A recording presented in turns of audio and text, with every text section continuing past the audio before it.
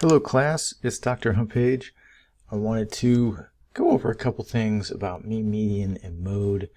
I want to show you some quick things in Excel, some quick Excel functions.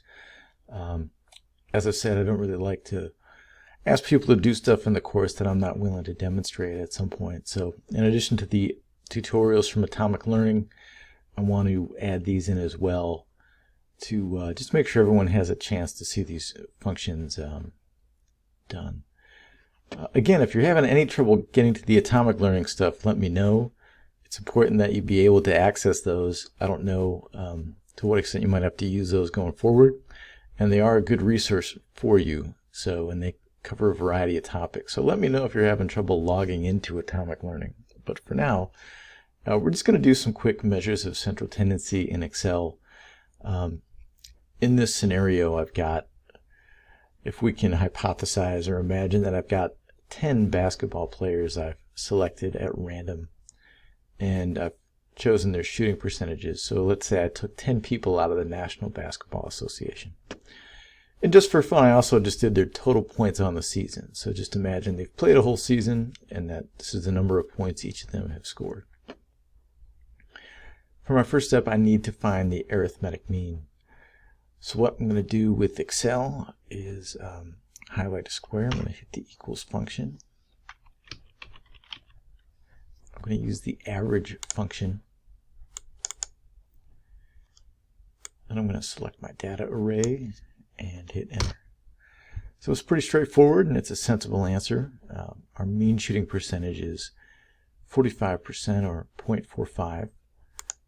Next, we want to find the median score. I've got all of my percentages in ascending order, so we can kind of just eyeball it and recognize that the median should be, because I have an even number of data points, I have 10 data points, the median should be the average of these two central data points, 0.44 and 0.46. So let's use an Excel function to confirm that. I'm going to hit equals. I'm going to search for the median function. I'm going to double click that. I'm going to select my data array, and I'm going to hit enter. And it does confirm what we thought it would be, which would be the average of these two central scores right here. This is that rare case where the median is equal to the mean. I have a very symmetrical data array here. Won't always be the case. Going forward, let's find the mode. So I'm going to use the mode function to do that. I'll hit equals again, type in mode. You'll notice, and there was in the Atomic Learning tutorial, the instructor gave an example with the multiple mode function. That really only works if you have outcomes that are like a pretty narrow range of numbers. So you know, it's not a really useful function, to be honest with you. I'm not going to hold you responsible for knowing it. If you do come across a data set that's multimodal, we'll work with it. Generally we'll be working with data sets small enough that you'll be able to recognize that anyway without the function. So I apologize for that little hiccup. But this mode single function is a pretty useful function to know. If you're going forward and you have a large data set, it might be good to know what the modal number is. So I'm going to click mode single. I'll select the data array, and I'm going to hit enter. Now in this case, I kind of intentionally set it up to fail because I want you to recognize that in this data set there is no mode. And this is what's going to happen in Excel if you come across that issue. It's going to just spit you back nothing if there's not a true modal score. I could find the mode for my total points as well if I'd like. We can try this function over there.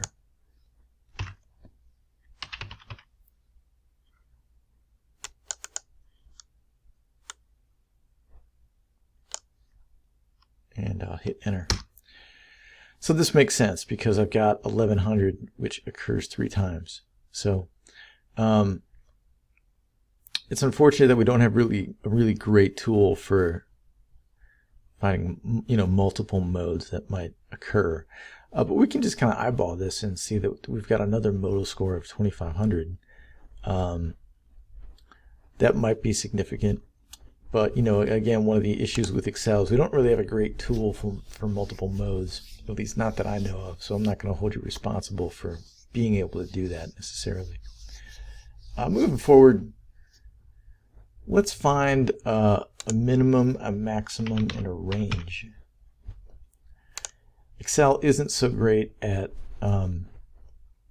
there's no range function specifically. So the way we find the range in Excel, it's a quick trick if you have a big data set, is that you can use the minimum and maximum and subtract them. So if we want to find our minimum, we know that it's going to be 0.4, but in Excel we can use this min function and select the data array, and we can hit enter, and that confirms it for us. We can certainly find the max with a max function. I'll double click that, select my data array, hit enter, and that makes sense. We can always add and subtract numbers in Excel simply by using the subtract key. So if we wanted to subtract the min from the max, I just click on the max, use the subtract key, click on the min, set it up, and I've got 0.1 as my range.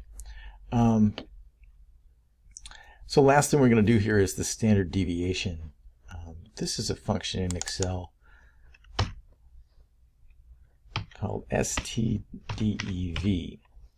You'll notice we've got a couple different ones in here. We're mostly going to be focused on the top two for this course, and we're mostly going to be focused on the standard deviation for a sample.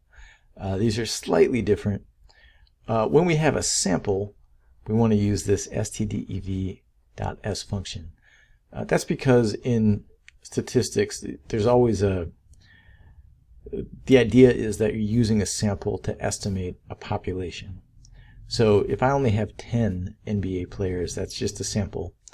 And so if I want to find that standard deviation, I want to do it in a way that might estimate the entire population. And so these functions are slightly different, but you'll notice they return different values. The bottom line is anytime you're using a sample, you want to use this stdev.s function. So I click that, I got my data array, and it's going to kick out a standard deviation of 0.03. So that lets us know that these scores are pretty close together. There's not a whole lot of difference between the mean score and where most of the scores are arrayed around it. We could use total points as an example of a much larger deviation.